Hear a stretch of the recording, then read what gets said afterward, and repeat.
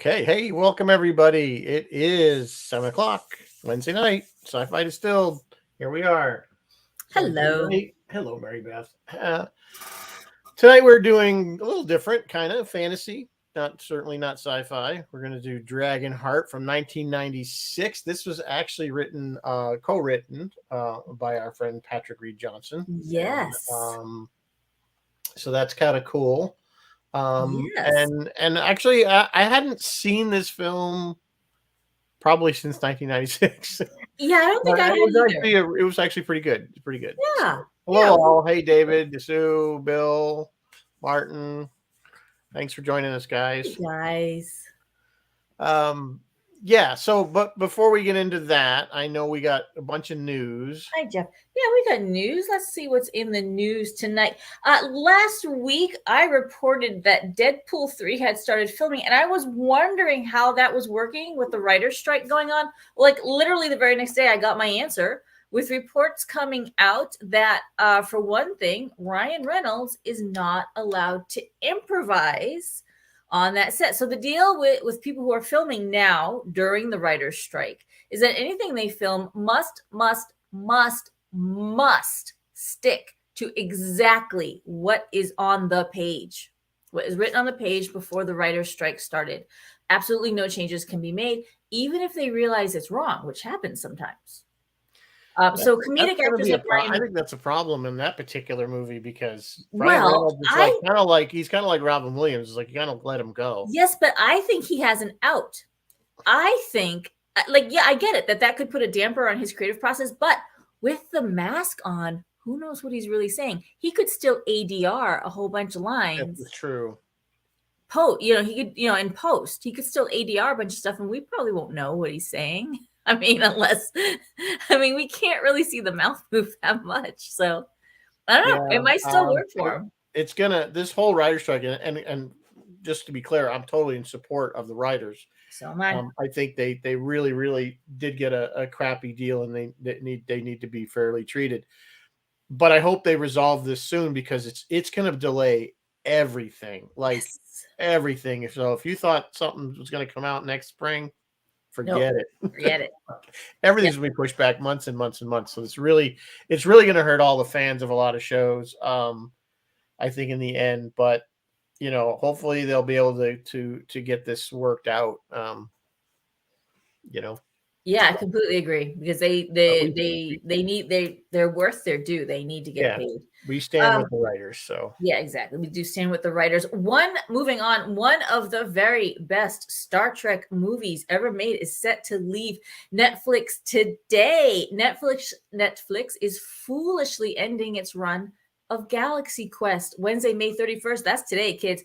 After which it will be unavailable. But by Grabthar's Hammer, do not despair. The love letter to Star Trek we all adore is still available on Paramount Plus, which kind of makes sense. Like they should put it in the Star Trek section. yeah, no, it is. It Put is it in. it is. I don't care. You can argue all you want. It is the best Star Trek movie ever made. A Star Trek movie ever made. It is not making fun of fans. It is glorifying the fans and It celebrates the fans it and it celebrates celebrates the show, the genre for the sure. genre. And by poking fun at itself to some degree, Yeah.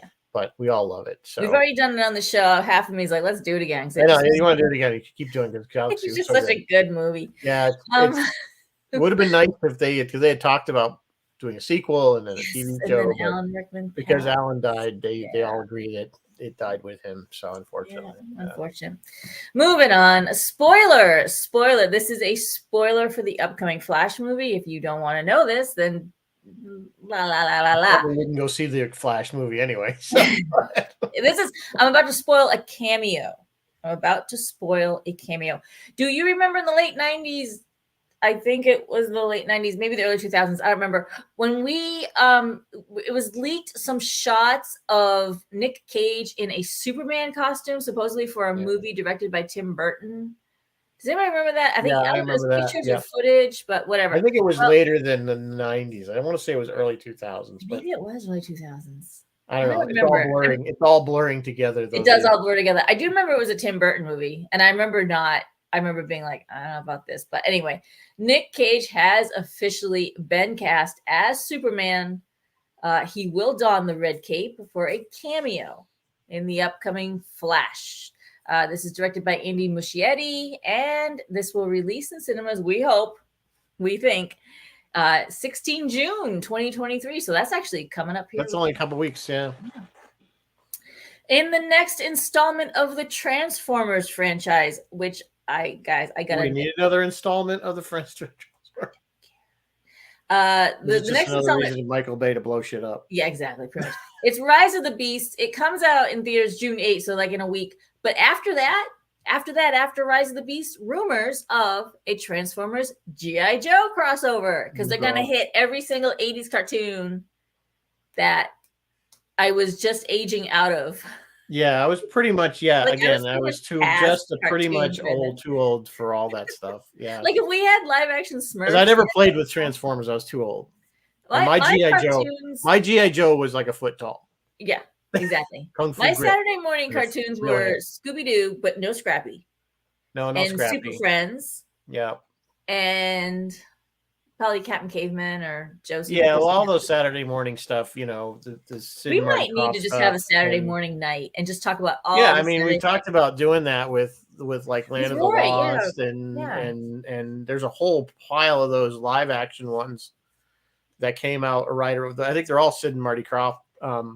Yes. Of stuff. Land of the Lost, and then they had like the Electro Woman and Dyna Girl, and I know there was Shazam. I know these are different producers, but Shazam and Isis, and they had a lot of live at Dr. Shrinker. Yeah, I think was a 1-season one. Yeah. There's all kinds of live action ones. You guys, it's not science fiction. Like I totally get. Well, I mean, Thunder the Barbarians kind of science that fiction. One. Yes, it's not science fiction, but if you guys want to do a Saturday morning show and just talk about Saturday morning cartoons that we remember, because I was a kid in the 70s, I remember that stuff very clearly. Yeah, hell, that's how I got through high school was Schoolhouse Rock. Schoolhouse Rock. I get singing that stuff. Lolly, get your adverb. Junction. What's your function? Junction. Yeah, I'm just a bill. All right, moving on. I have a little Star Wars snippet for the last day of Star Wars month. May 4 to May 25, Star Wars gets a whole month. Call it Star Wars month. Why not? I don't know why Star Trek doesn't get a month, but okay. Robert Englund. Don't give many ideas. Because Frontier Day is going to be a thing. Oh yeah, Frontier Day is going to turn into something. It's going to be a thing. Frontier month. I guarantee you, they're gonna monetize it somehow. Yeah, they probably will. Moving on, Robert Englund, best known as Freddy Krueger. This is my Star Wars snippet. A little bit of Star Wars trivia for you. Best known as Freddy Krueger. Robert was attempting to, make it. Bill, you're just a buy. What? Sorry, I just read the comment. I think there's a little spelling error there. Yeah. I think you meant you're just a Bill, but you're just a buy. You're just a buy. It's all right. It's all right. We accept all kinds here. We are equal opportunity. Robert Englund, best known as Freddy Krueger, was trying to do his thing back in the 70s, trying to get a role, and he auditioned for the role of Han Solo in Star Wars. Obviously, George Lucas was not impressed with him, but he reportedly went home to his apartment and told his roommate, "Hey, you need to go read. They're looking at everybody. They're taking it. You can read for this Han Solo guy. You can read for this Luke Skywalker guy. Just go read." Who was Robert Englund's roommate in the 1970s? Mark Hamill.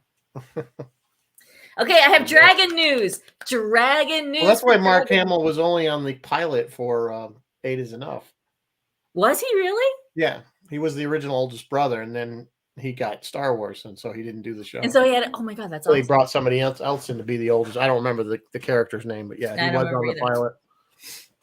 I don't remember. All right, Dragon news for Dragon Night in How to Train Your Dragon live action news. Mason Thames, who I have no idea who that is. He recently garnered acclaim for his role in The Black Phone. I don't know what that is either. He has been cast as Hiccup. And Nico Parker, this is Tandy Newton's daughter, Nico Parker, and we just saw her on The Last of Us. She played Joel's daughter, Sarah, at the very beginning of The Last of Us. When you see his real daughter, that's Nico Parker. She will be playing Astrid. How to drain. Don't drain dragons, just train dragons. How to Train Your Dragon live action movie is set for release March 14, 2025. Wow. That's a ways off. Out there. I can't even think to next month, let alone 2025. Yeah, I mean, yeah. In other Dragon news, despite positive reviews and an excellent Rotten Tomatoes score, Dungeons and Dragons: Honor Among Thieves had a disappointing box office total, and it does not bode well for a sequel. Is So it maybe because it's on Netflix or whatever it's I think it's on? on No, Paramount. it's on HBO Max. No, what's it But I on? think it's Paramount Pictures produced it, so I think it's on Paramount. It's on Paramount. You're right. So maybe because Um, it's on Paramount, because I didn't go to the theater to watch it. no, I I didn't watched either. it on Paramount.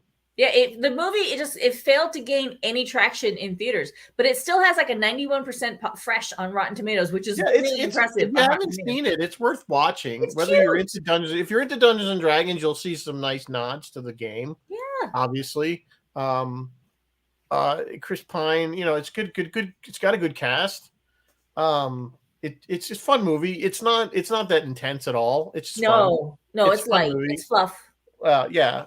So I would It had yeah, some I'd funny recommend it if moments. you haven't seen it. But go if you have a Paramount Plus, go watch it or go see it in the theater if it's still there. But um, yeah, I don't know if it's theater worthy. I thought it was a direct to video kind of thing, but is that going to be a thing? That's like a whole show in It was itself. cute. Are I thought Michelle. theaters really going to be a thing? Or are we just going to Yeah, everything's going to be yeah. Are we released still for gonna have theaters, or are our we gonna home finally? theater? Because I really don't with a 60s or more 80-inch TV and good sound system.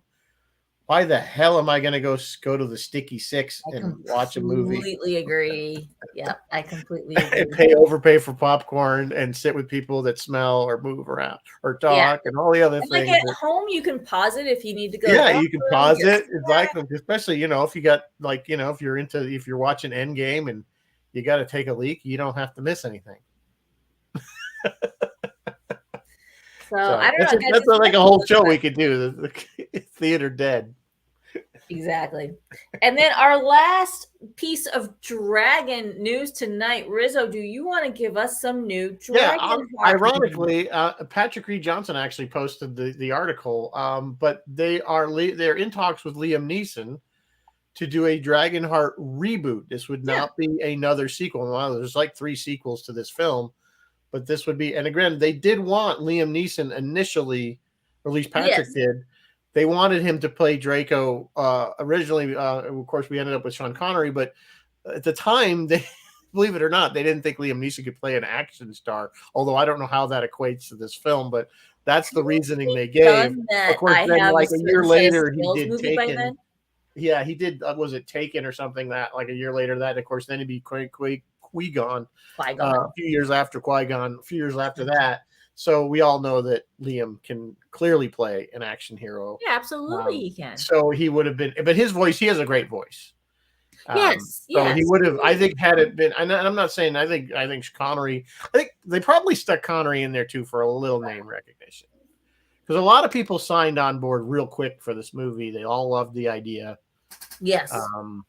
So and it has a lot of stars. It has a lot of stars. You'll recognize people like, oh yeah, that guy and that guy. Yeah, it has a lot of great It has a lot of people actors. that went on to do a lot more stuff. So And we will talk about the actors because some of them went on to some really amazing things. So yeah, I would love to see Patrick's version of this. I heard what we finally saw, the movie that we're about to review, is not what Patrick wrote. So I would be very, very curious. And that's such a common thing, though. The Yeah, that original does screenplay happen. never. It's always the studios get involved. They get their sticky hands in there and they screw everything up. And Of course. and then the vision of the original vision gets kind of killed. But Of course. it still was a good movie, though. In itself, I still think it was a good movie. But before we get into that, I want to do the What's our drink. drink? What are we drinking for dragons tonight? The Welsh Dragon. This one's an easy one, and it's actually probably pretty good. So it's probably peach schnapps, melon liqueur, or Midori for the name brand. Green creme de menthe. Is there another color of creme de menthe? I don't know. I thought it always was green. Being mint. Yeah, I kind of thought that was orange juice and pineapple juice. So I'm going to tell you right now, orange juice, pineapple juice, and peach tree right there is an awesome combination. I think that's even called is that a fuzzy navel? Or no? Yes. Is it a naked? No. Yeah, that's a fuzzy navel. So anyway, you're just adding a couple more things. So it's probably a good summer drink too. I think I have everything, but I don't know if I have any cream de menthe, and I certainly don't have the juices. I have to buy that. don't know how mint's gonna go with citrus. Yeah, I don't know, but it's the smallest amount, so it might just Yeah, give it a that's little true. hint, That's true. little coolness to the drink. That's true. Oh, Chris Anyway, LaRoche is reminding us that Liam did the voice of the polar bear in Golden Compass. So yeah, he can voice. yeah, he has a great voice. He has a great voiceover voice. So Didn't Liam play Darkman? Did Liam play Darkman? I don't know. I don't remember either. Jeff, you just saw Top Gun Maverick just now. It's a good one. It's a fun one. Oh, there goes my dog. Sorry, guys. Yeah, Can't mute because it's just Rizzo by himself. I mean, I could let him talk to himself for a while. But, Hey, Ty. All right. So getting into this movie. So like I said, yeah. So this was like I said, it was originally written by Patrick Reed Johnson and Charles Hogue. And Hogue, yeah. Who? But apparently, obviously, when they pitched it, they liked it, but they changed it. So. What I'm reading is that when they first circulated the script around Hollywood, it was so good that people were like crying just reading the script. And it was like a really, really good story. What happened from there, I don't know. I think it sounds like, and I wish Patrick was here to explain this to us. Yeah, I know, right? It sounds like he did a proof of concept type thing, and they decided they didn't like his concept, which. I mean, just and this came out. Yeah, we're still in the early fledgling CGI. I mean, so this is but we're still kind of mid 90s. Yeah, this is 1996, guys. Jurassic Park was 1993. If that helps anchor it in time for you. And watching it today, though, I literally just watched it like today.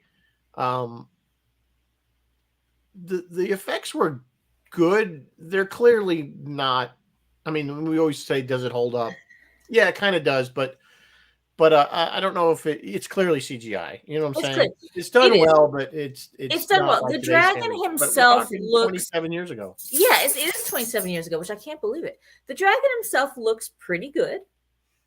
But he is clearly like superimposed. But they still did some groundbreaking work. All that work with the water, like the dragon in the water, they had never done that before, and so they had to that was all pretty groundbreaking, trying to get droplets and stuff like that.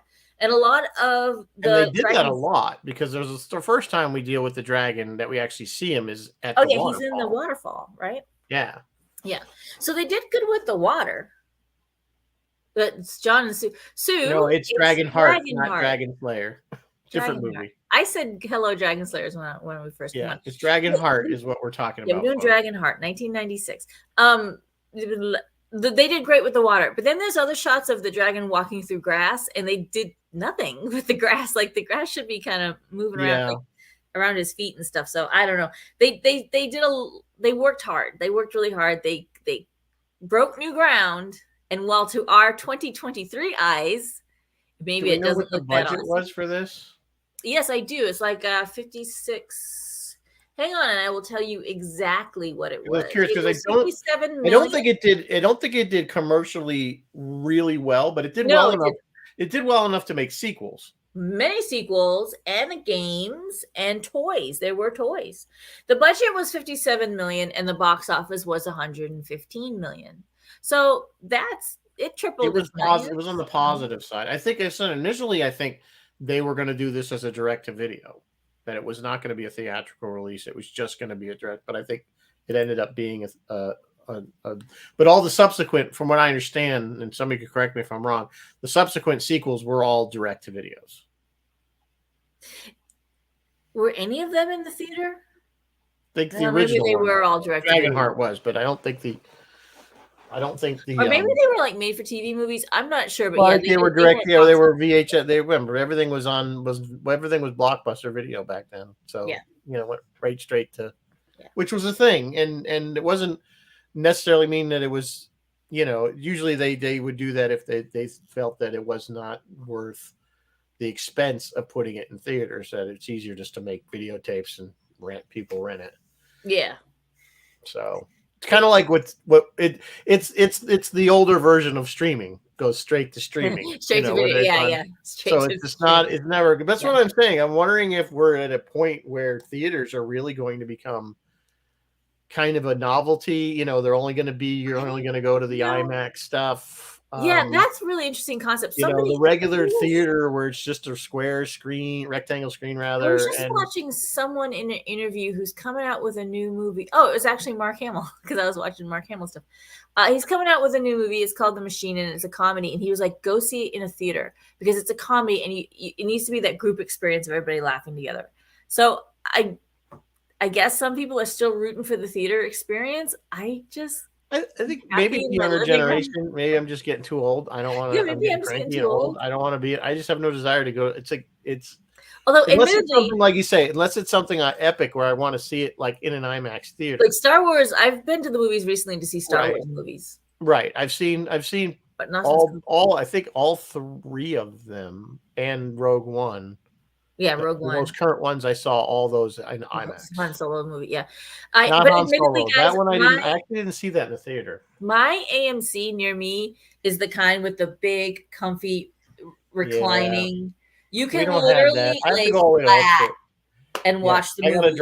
I gotta drive over an hour to get I'm to not that. gonna lie, that's actually No, I pretty know they're nice. They had those down in Florida, but back in the 90s, they had that stuff, stadium seating and all that. But up here, we have two small theaters.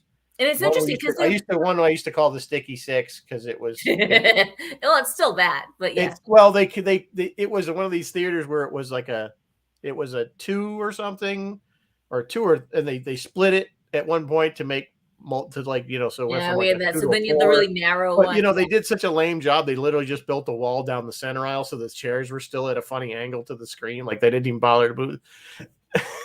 And then recently, and I haven't been there since they redid it again, and I think they made it smaller again, but made the nicer theaters.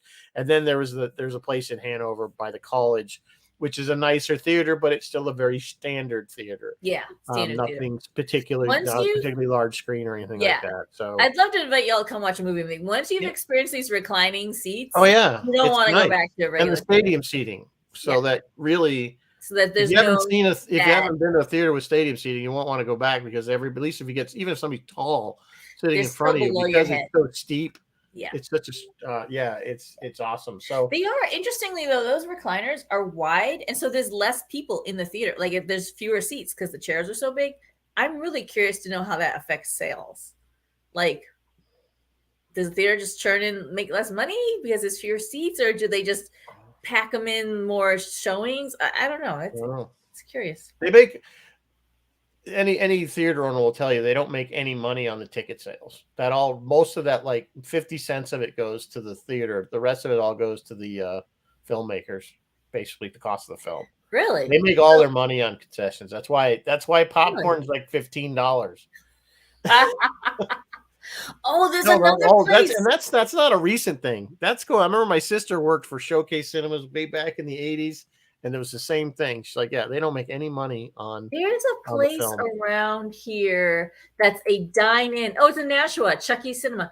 It's a dine-in cinema. You can have dinner, like a whole meal. There's a place in Tilton like that, yeah. And watch your movie, which kind of like, how does that work? You listening to the guy next to you like chew while you're trying to watch? It's fun because there's tables like there was a bunch of those places in Florida too where you have beer, and that's where I saw Pulp Fiction. Usually they were second run though. They weren't but some places are first run. Let me see what Chuck was playing at Chucky's. There's a place in Tilton that's got big comfy they're like these big desk chair type things, and you sit at a table and you can turn sideways and. Chucky's has The Little Mermaid and Fast X. Those are two kind of recent releases. Spider-Man Across the Spider-Verse. We're talking about everything but this movie. All right, let's get back to Dragonheart. All right, Dragonheart. Oh, God. So we could go over, like I said, we talked about Liam Neeson being but we ended up with Sean Connery as the voice of Draco, which works. And I got to say, I like the talking dragons, like the intelligent talking dragons. Those over I do too. Give me a good Falcor. Beast-like. And I like the fact that this dragon is more dinosaur-like than some of them are more like lizard-like with wings. Speaking of dinosaur-like, when they were doing their tests for this, they took the Jurassic Park T-Rex, and you can find this footage online. They took the Jurassic Park T-Rex and just tweaked him. They stretched his neck out a little and tweaked his face a little to make their dragon to like show proof of concept.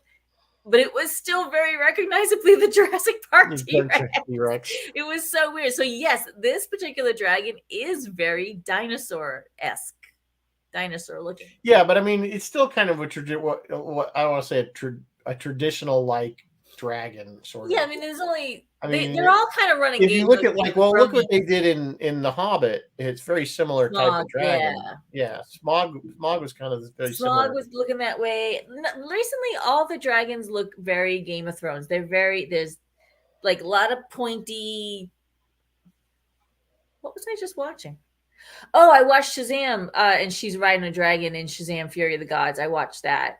They're everywhere. Dragons are kind of making it. Yeah, well, I mean, Game of Thrones kind of brought dragons back. Yeah, for sure. For sure. But those dragons are just more animal-like. Martin, you're right. It's a Western European dragon, as opposed to an Asian dragon, which is the more snake-like. Right, the more snake. They've called them the worm. They've referred to in films and books as the worm, because it's like more like a salamander with wings. So, and then you're right. And then there's the Asian dragon, which is basically a snake with wings. Yeah. So anyway, cast wise, Dennis Quaid, of course, is our star. He was kind of definitely on the peak of his career back then. Oh yeah. Plays Bowen, the main character, the main knight, the good knight, if you will. Good knight. You tried so hard. I did like that they worked a little Arthur lore in there. I love a little Arthur lore. Anything they tried in there. I like that whole. I love that scene where he kind of has that come to Arthur moment where he was, because the whole movie ever since right at the beginning, because after the kid turns out to be kind of evil, he kind of walks away from his faith as a knight.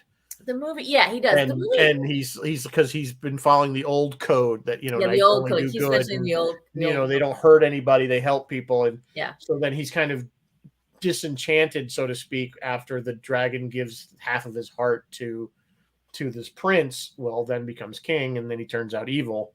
But then he kind of has this towards the end. He ends up. Well, I guess it's Arthur's castle. It was supposed to be, right? It was supposed to be, and he kind of sees, I guess, the ghost of Arthur, and they recite the code again, and he turns. But I don't know. I like that scene that you don't know if he really imagined it or if it was really the ghost of Arthur. Yeah. But you stick Arthur in anything like that, I'm good.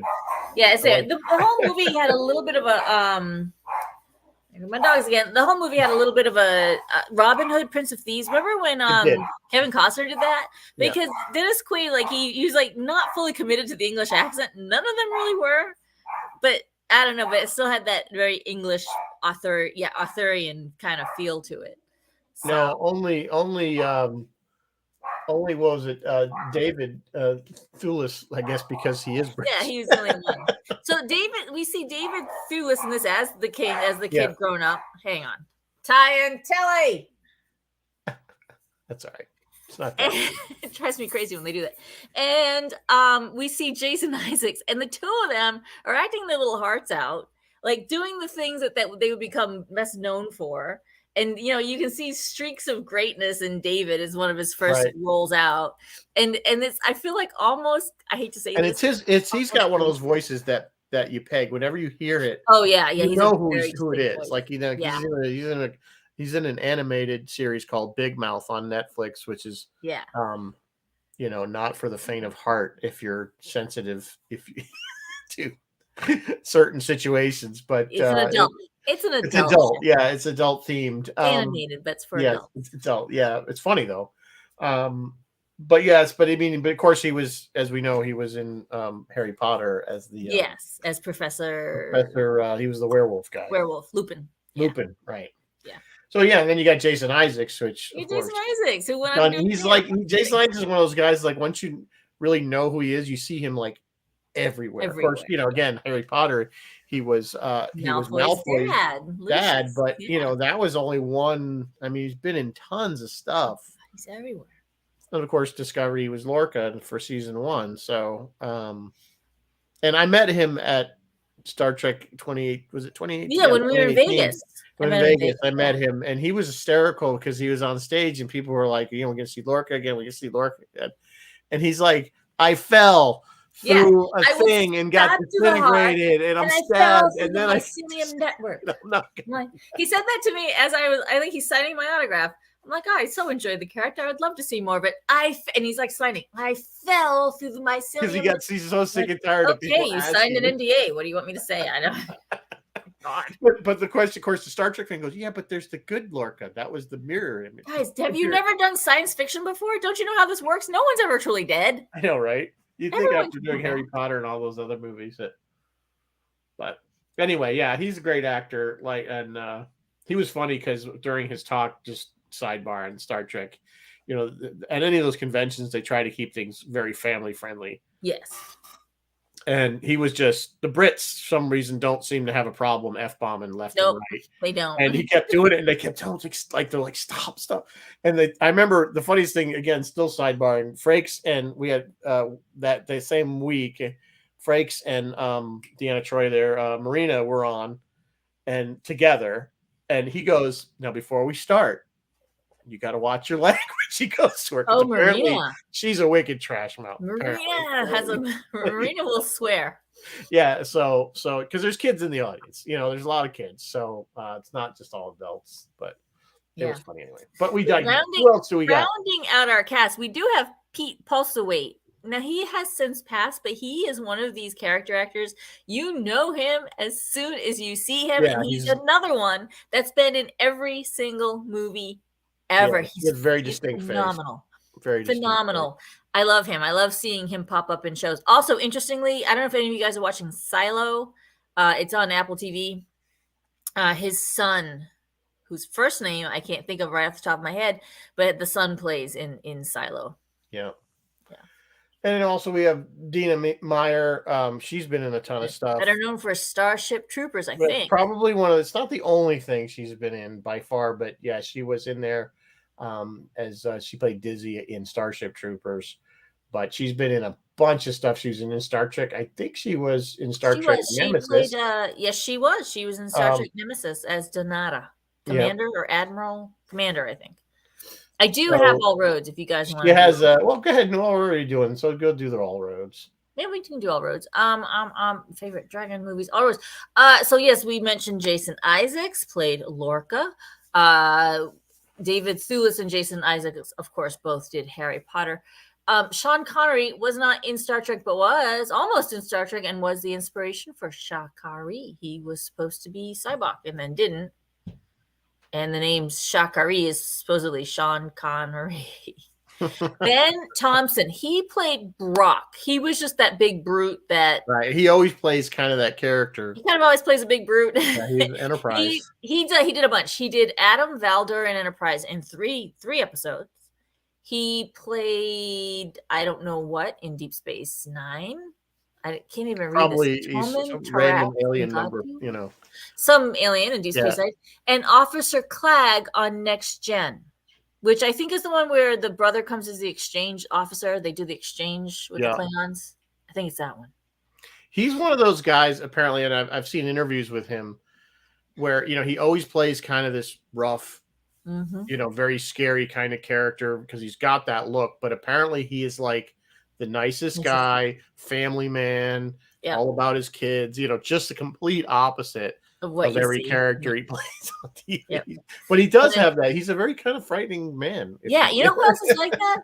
The guy that played Biff in the Back to the Future. They say he's the same way. Like the nicest guy in real person, but always kind of plays a jerk. Yeah. And then finally in All Roads, I had Dina Myers as Commander Donate. Yeah. She was in Nemesis. Guys, let me know if I missed any there. And in one of the sequels, Patrick Stewart actually was voiced.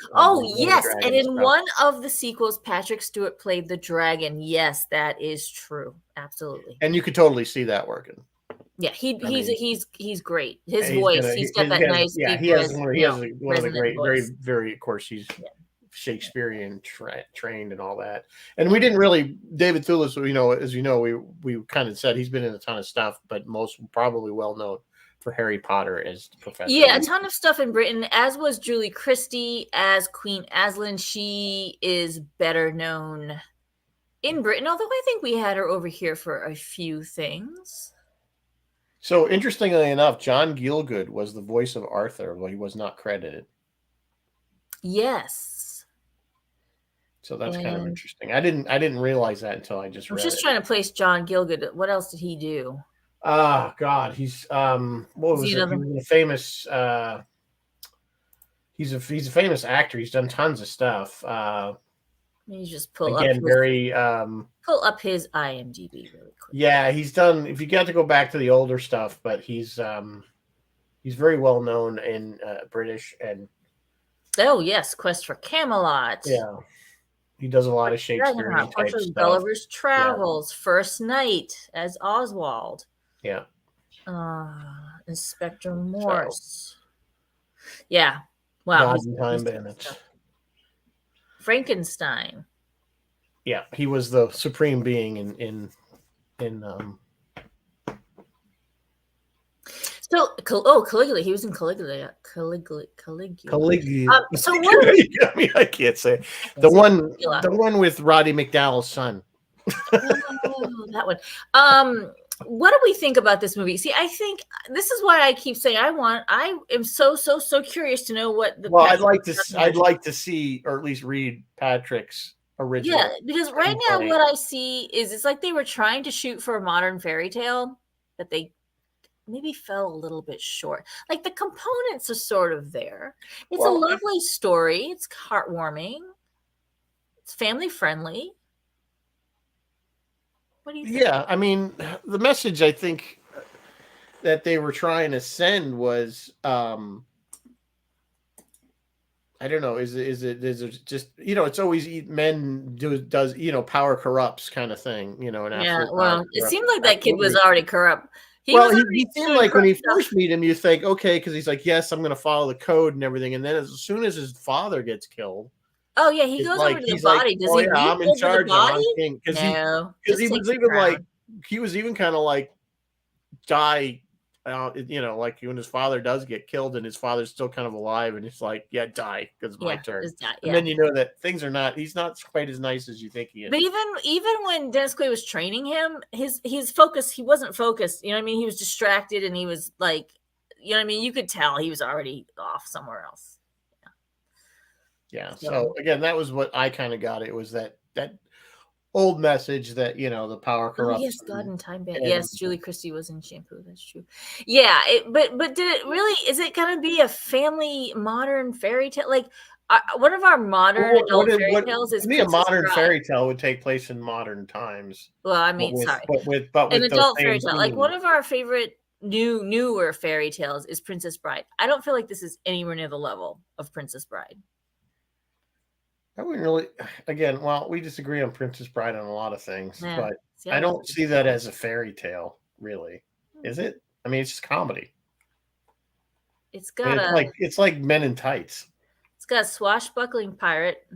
It's got a I know, but I don't. Maybe I'm thinking of our definition of fairy tale is different. I don't know. I don't know what you get. I don't know, because when you say modern fairy tale, to me, I think of fairy tale type themes, but set in a modern, like Scrooged. Okay, was the old story of the Christmas Story, but when I say modern fairy tale, I mean contemporary fairy tale. I mean newly written. Recently written, not again. What's the fairy tale again? Usually has kind of a message to it in some way, and I don't really. Again, the only message I really got from this was again the old adage that kind of power corrupts, and evil that men do, and so I don't know. It's weird. It's kind of, but again, I like the movie overall. I think it's entertaining. I think it does move along. There aren't really any dead spots. I think the story kind of moves. There's plenty of humor in it. Yes. I mean, the basis is kind of funny when you think about it. For those of you who don't know, of course, they bring the wounded prince or soon to be king to the dragon because they believe the dragon can save him, and he does by giving him half of his heart. So, but then the dragon says, swear that you'll be, follow the code and be honorable and all this stuff. And the kid goes, yes. And then of course he does it right away. Yeah. And Dennis Quaid blames the dragon for this, that Yes. somehow it corrupted him, even though the kid was, like you said, was corrupt before that. The kid was already corrupt. So then he goes on a tirade and he starts killing dragons. Well, he apparently killed all the dragons. Yes. And Draco is the last one. Of course, Dennis doesn't, or I should say, Bowen doesn't know that he's the same, because you don't see the dragon when this heart transplant thing happens. You see the shadow. Yeah, you see his claws, I think, but but he's like in the shadow, so he doesn't recognize him, or he doesn't realize it's him. Eventually, they fight, and the dragon's like, "Hey, I got a deal for you. Since I'm the last one, if you kill me, you're out of a job," because he was taking money from people to kill dragons. So they make a deal saying that we'll fake your death. You go and terrorize a town. I'll go in there, say I'll kill the dragon. I fake your death. They pay me, and then we move on. So they become friends through that relationship. And then, of course, Bowen eventually finds out that he is the one who saved the prince. And then but then basically the dragon Draco convinces him that no, he was evil all along. It wasn't. Yeah, it was. And then we find out that they are connected, yes. which we kind of assumed that all along, but they just confirm that the two are connected. If one dies, the other one dies, and they feel each other's pain and all that stuff because they have that the shared heart. The heart of this story is the dragon's side of it and why he did it, why he chose to give half his heart to this kid who he probably already saw as a little snit, a little snot-nosed brat. Yes, he wants to kind of ascend to the heavens and he's find his place himself, get old good karma in life. Right. Yeah, that's the heart and the crux of the story right there. I almost feel like maybe that should have been focused on a little bit more, Yeah, I mean, so then of course they get the townspeople to rise up again, and which is how the original king got killed, battling back the peasants. There was, and I don't know if it was intentional or not, but there was a history of the world kind of nod there when they come right at the beginning. Goes, the peasants are revolting. Oh, does he say that? And really? then he goes, well, they were always revolting, but they're rebelling now, or something like that.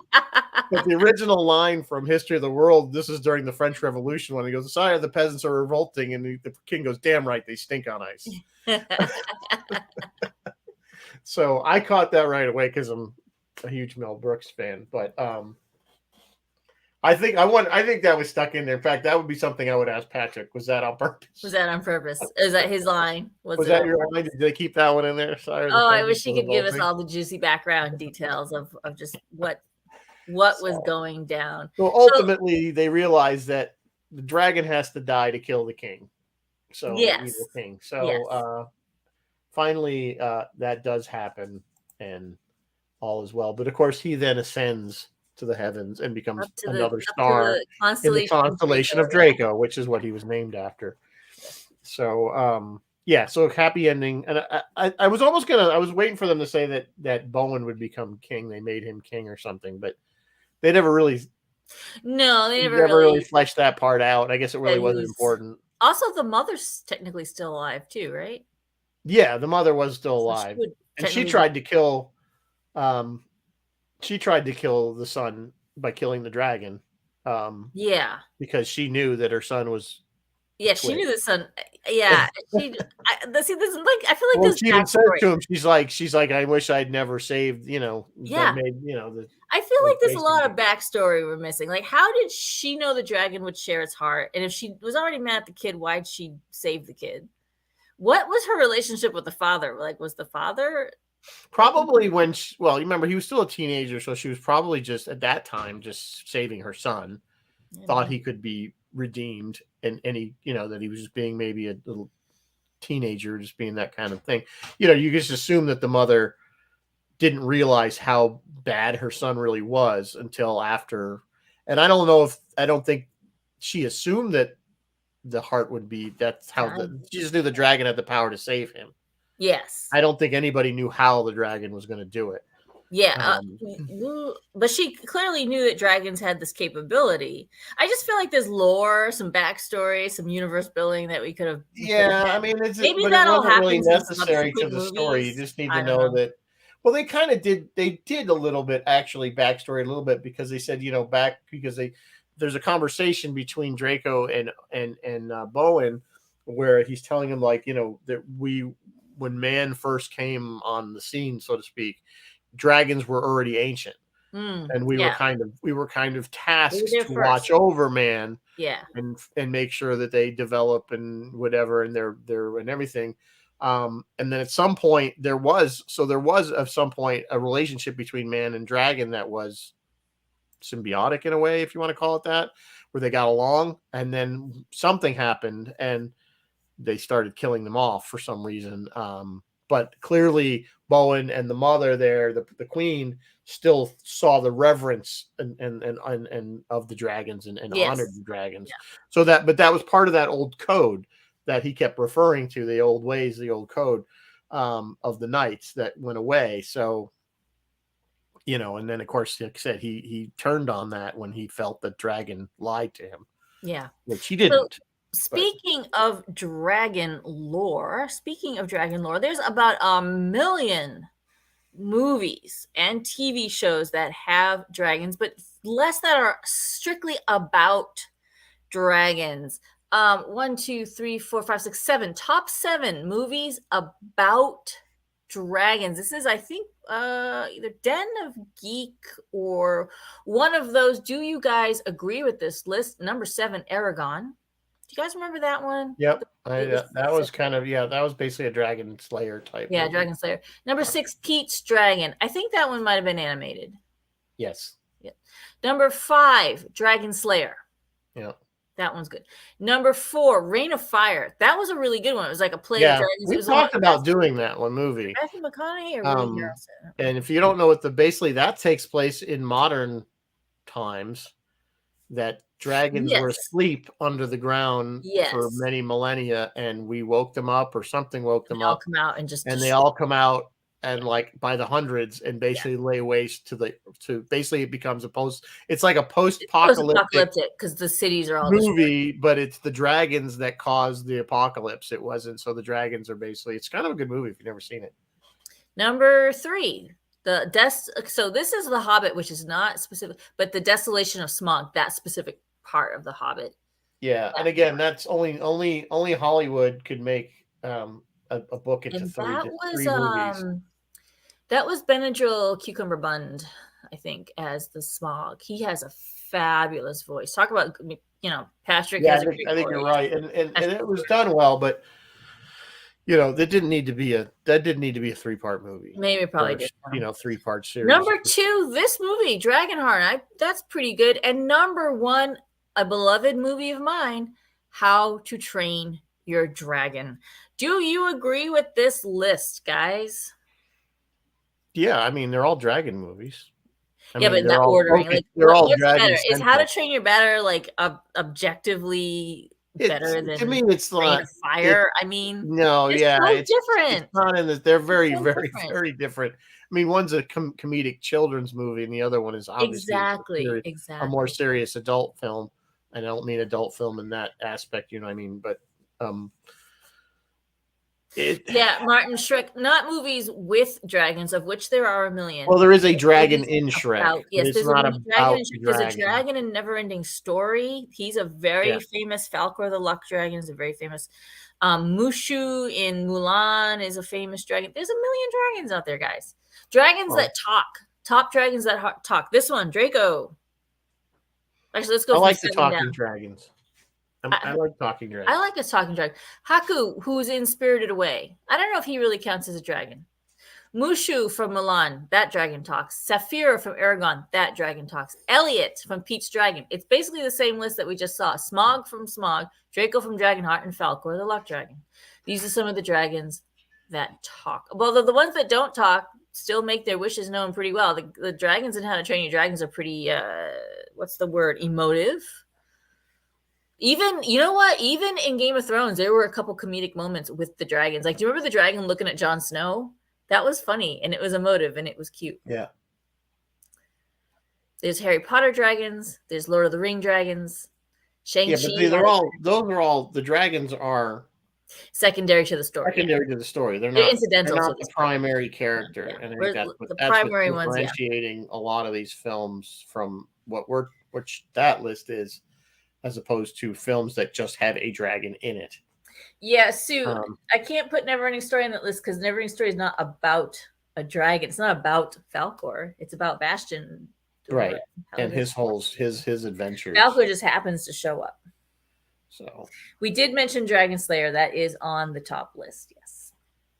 Yeah. So Dragon Slayer was also a good film in its own right. I want to say that came out after this one. Or was it before? When is Dragon Slayer? I don't know. I gotta look up. I don't know when Dragon Slayer came out. 1981. 1991. 81. 81. It's that much older. Yeah. Wow, I didn't see that one coming. I didn't realize it was that old. Do I have the right one? Dark fantasy film, directed by Matthew Robbins. Is that the right one? Probably. Starring Peter McNichol. Yeah, they were going to actually consider Robin Williams for Bowen. Yeah, that's wrong. That would but even he said he'd rather been the voice of Draco. That would have made it too comedic. They looked at Liam Neeson, we knew this, Robin Williams, we knew this, Pierce Brosnan, Timothy Dalton, Schwarzenegger, Kevin Bacon, Tom Hanks, Harrison Ford. Schwarzenegger is the dragon. I don't know if that would have worked. Whoopi Goldberg as the dragon.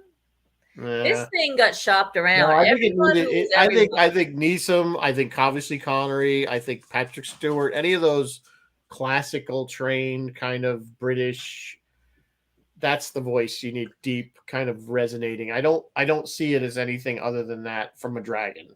Yeah. Could be wrong, but I think it made it too comical. Other trivia, Dennis Quaid broke his finger in the duel with David Thewlis. But carried on because he's a professional that way.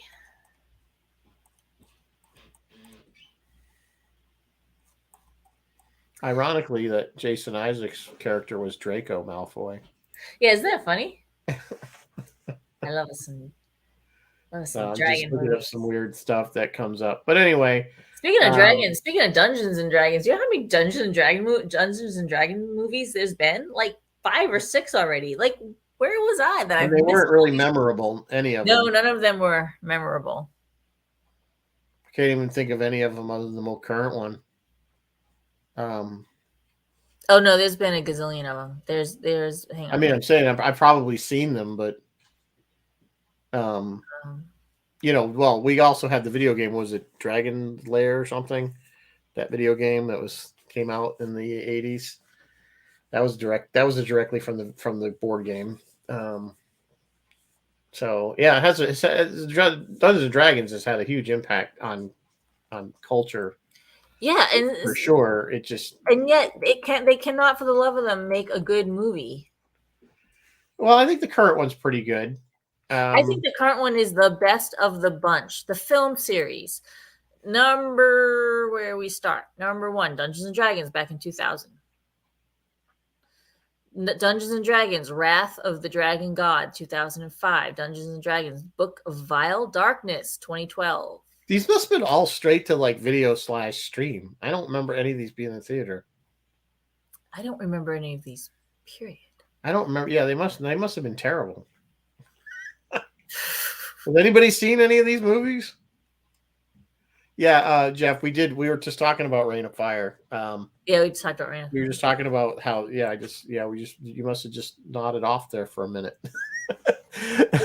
Which is totally understandable. So easy. Totally understandable. So easy with us. If you need to sleep, just turn on Distilled, let it play. There you go. And I really apologize because I'm way behind on the podcast. I'm way behind on the podcast. So I got to catch up. So apologize. If you're a podcaster, if you like re-listening to this, I apologize for my tardiness. I'm going to try to catch up. We'll get them all posted soon. Yeah, I'll get them up eventually. Yeah, you can watch them on YouTube too. Anyway, so coming up, what do we got going on? Anyway, I don't know how much more we got. To talk about this. I like the film. It's good if you just want to kill an hour and 40 minutes.